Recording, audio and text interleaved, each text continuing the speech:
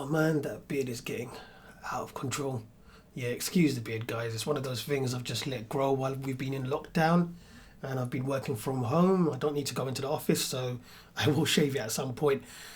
Anyways, hi guys, this is Raju Rahman from Techtonic and this is my long-term review of the Galaxy Z Fold 2. I've had this phone about 7 months now, so I feel like I've had enough time to accumulate some real honest opinions about the device.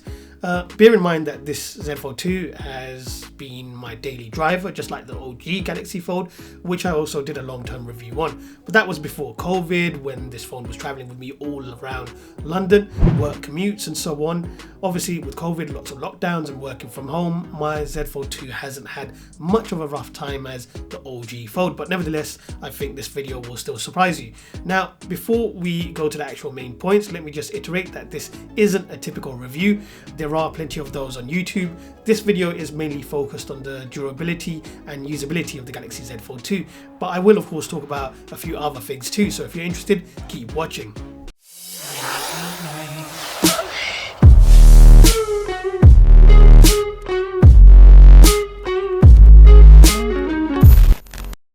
Now, this outside screen looks much better than the one on the OG Fold. It covers more of the front area, but that narrow aspect ratio still makes things a bit challenging. Don't get me wrong, it's certainly better than the one we had on the OG Fold, but it's still a bit too narrow for my liking, especially when I'm trying to type out messages. When I need to do that, I still prefer using the inside unfolded screen. Now I do use that outside screen more than before, more than just for notifications and more so just because sometimes I feel too lazy to unfold the phone. I know that's next level lazy, right? Now watching video on the front screen is okay if you don't care about having these black bars on the left and the right. You can sort of zoom in to fit the screen on apps like YouTube, but then you're cutting out a lot of the video. Now I do appreciate the reason why Samsung made the screen so narrow. At least I think it's the reason why. It makes it much easier to hold the phone in one hand, but that doesn't necessarily make it easier to use one-handed unless you're ET with super long fingers. It still requires a lot of finger gymnastics and even the use of your other hand. Now, playing games on the front screen is possible. It's actually surprisingly comfortable. It actually feels really natural. Now imagine if you had some capacitive triggers here on the Hinge. That would have been so cool, but I digress and I doubt that's something that will ever be added. Let's talk about something you've definitely already noticed, or you might have noticed. What the hell happened here to the screen protector on the edge of the screen?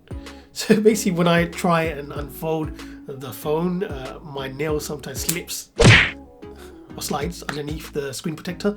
It's super annoying having to push out the bubbles after that, and of course it also meant the screen protector has deteriorated over time. I could have easily replaced the front screen protector, but I left it as it is for the sake of doing a review like this. So now let's get to the main screen, the one I use the most often. It's obviously the inside unfolded screen. What can I say? I love it. It's the reason why you'd want a form factor like this.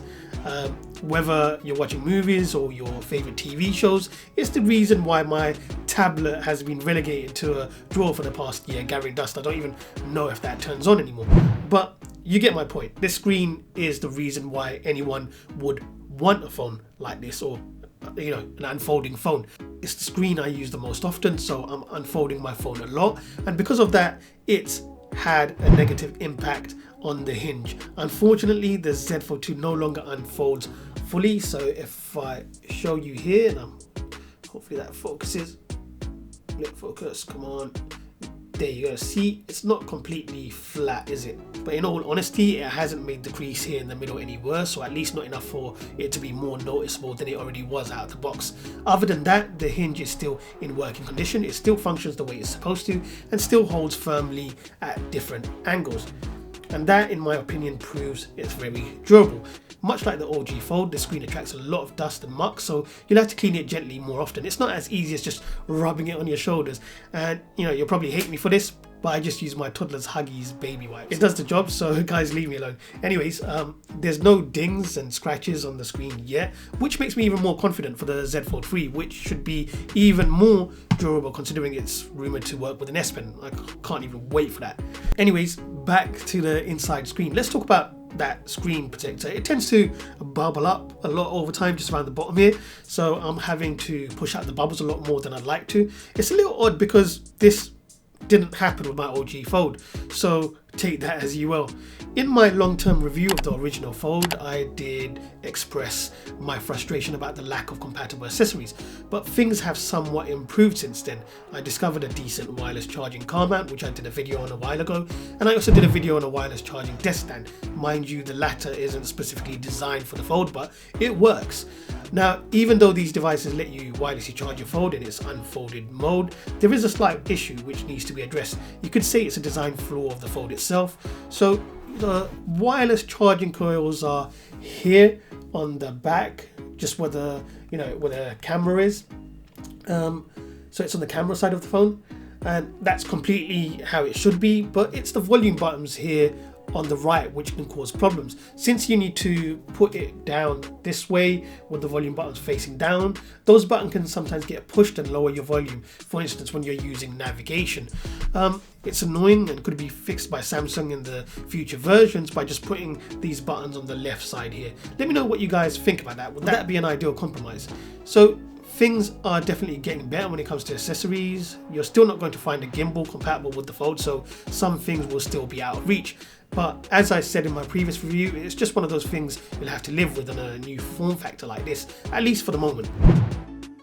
As I mentioned before, my Z Fold 2 didn't go through as much torture as the OG Fold, but I have dropped it a few times on wooden flooring, and I've also let my 10-month baby boy play with it when he's crying. I'm willing to sacrifice a 2K phone for some peace and quiet. Crazy, I know. But it survived through all that. And you also need to take into consideration, I don't like cases, and I don't use cases either.